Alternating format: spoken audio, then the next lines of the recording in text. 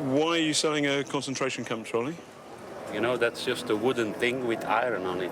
I'm not selling grenades or bullets, it's just a wooden trolley. So. Yeah, it doesn't say just a wooden trolley. It says concentration camp trolley, SS marked Bergen-Belsen. It feels somehow wrong. There's a difference between politics and collecting. Right, okay. So I don't do politics. Nobody here seems to do politics.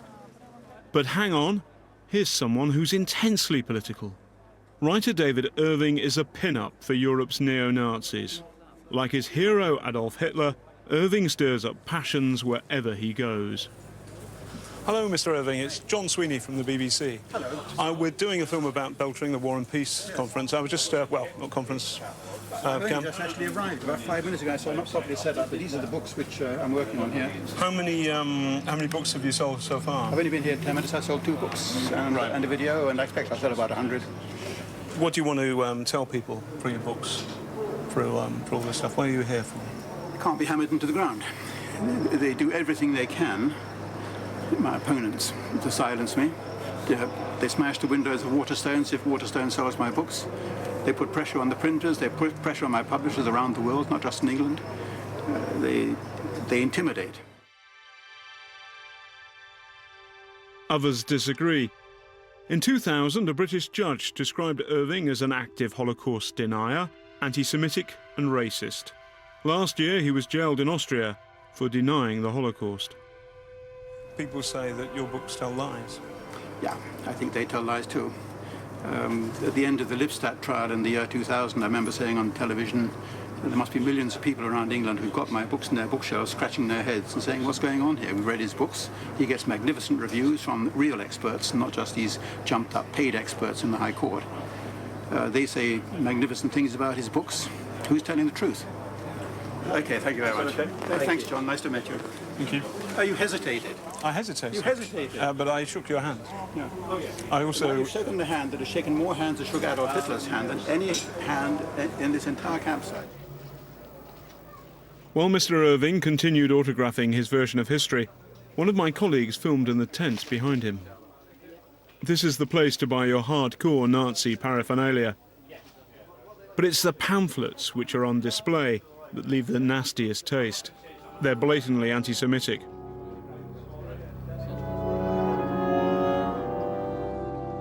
I get the impression that some people are taking advantage of the show and our great tradition of freedom of speech to peddle their tat and some very peculiar politics.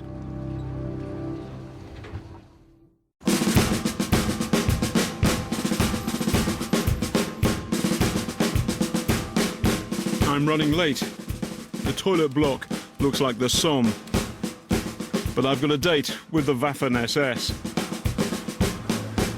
The largest German reenactment group here is the 2nd Battle Group. They portray the 1st SS Panzer Division, Leibstandarte Adolf Hitler, originally the Führer's bodyguards. Heavy dudes. Okay, come to attention. Say jawohl, Unterschärfer. Stand back at ease. Alles klar? Alles klar. For the punters, it's a day out with a difference. But for these guys, it's no joking matter. Fritz. Jawohl, Unterschärfer. Strudel. Jawohl, Unterschärfer. Even a basic uniform will set you back 500 quid, and that's before you've accessorised. All commands are given in word-perfect German. Ken Carter? Up to Ken Carter? Well, almost. I was hoping to introduce myself to the fussy chap on the right, Glenn Swallow. He's the Sturmscharführer, the boss man to you and me. But I sense this wasn't quite the moment.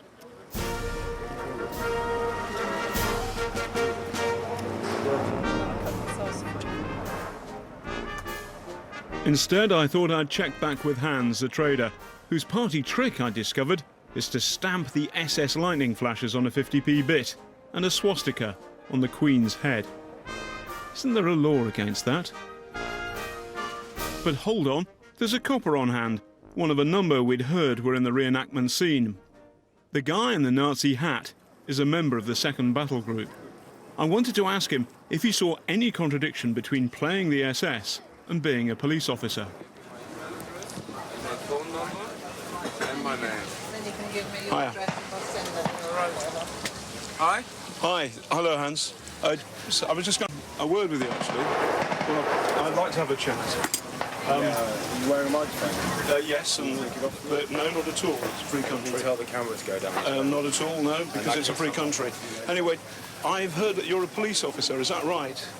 Because what you're doing is you're associating with some very strange people. Why are you running away from me? Hans had told us he'd visited Hitler's mountain retreat with the policeman, but we didn't get the chance to ask him why. Later, the copper told us he didn't hold right-wing or Nazi views, and his hobby didn't affect the way he did his job. I retreated to my bunker to try and find out more about the 2nd Battle Group. They've been in Saving Private Ryan and several BBC docudramas. Fair enough. Their website declares the SBG is a totally non-political organisation. We do not aim to glorify war or the Nazi regime, but we do aim to portray the fighting German Waffen-SS soldier as accurately as possible. But the regimental history they present is far from accurate. Here there's no mention of the murder of 80 British POWs near Dunkirk in 1940, or say the killing of 400-odd POWs and civilians in 1944. If you're going to portray the SS accurately, what about the massacres? Watching the reenactments, I don't see any prisoners being shot in the back.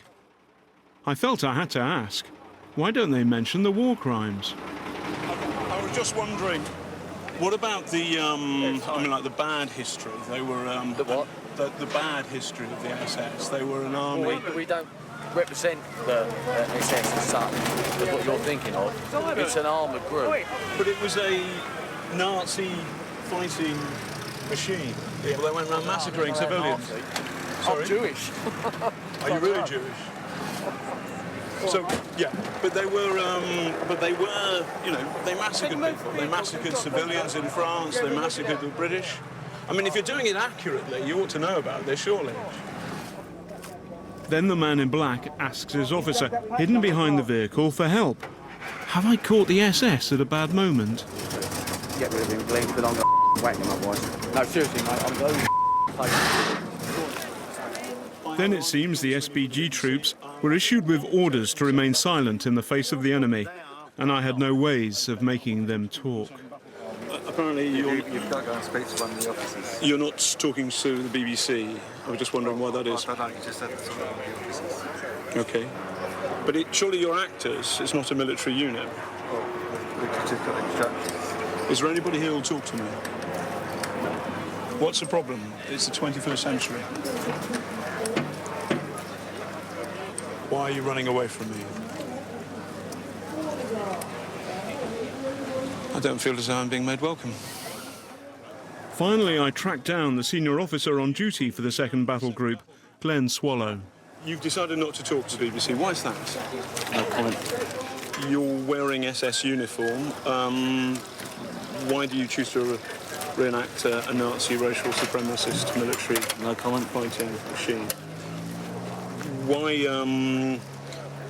is it impossible in England in the 21st century to answer my questions? No comment. Thank you.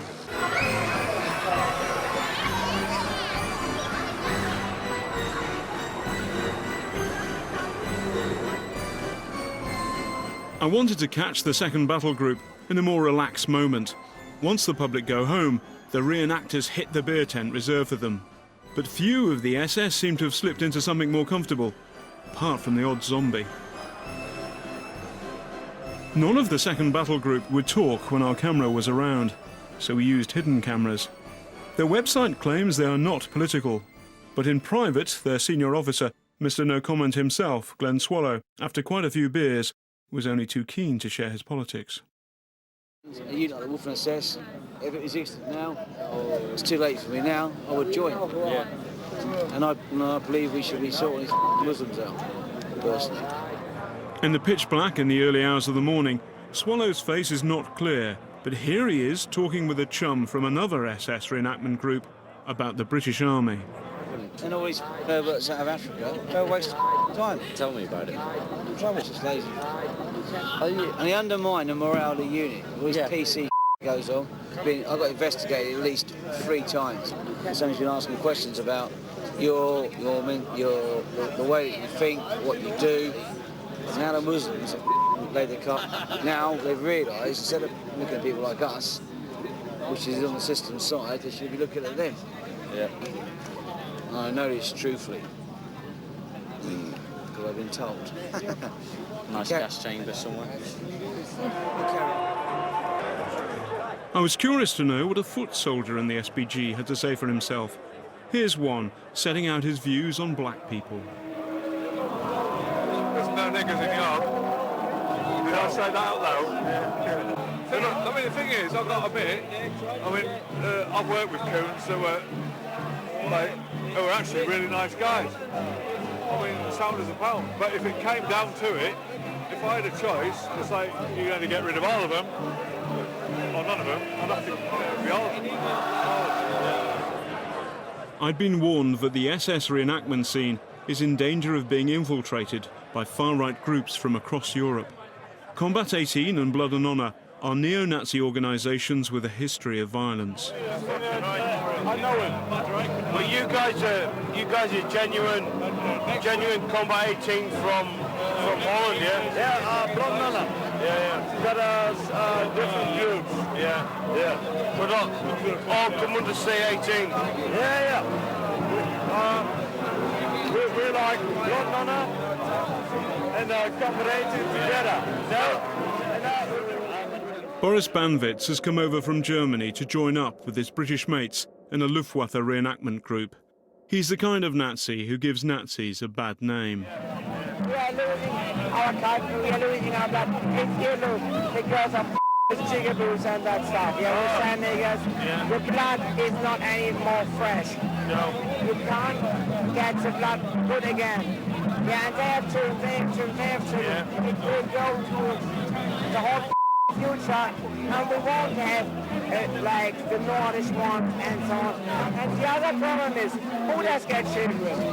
The people who don't have work, without intelligence, you say those brainless people, they get 10 children, the higher intellectual or the worker class does get only a few. So if the future into the future, all the brain gonna starve out, because only those low-level people get children. This is what you have to put up with if you value free speech.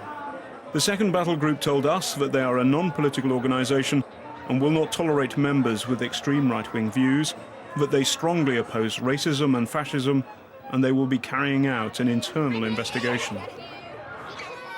The War and Peace Show organisers told us they did not invite or welcome David Irving and have always tried to police the show to the best of their ability. They do not want extremists here and regret the unacceptable stupidity of a tiny minority.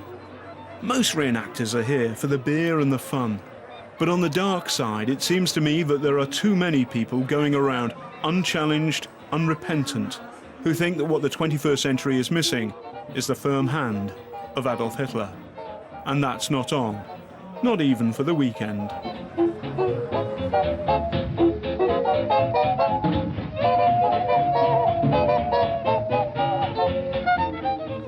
Panorama is back on Thursday with a shocking report. More details in a moment. Next tonight on BBC One, the results of Test the Nation.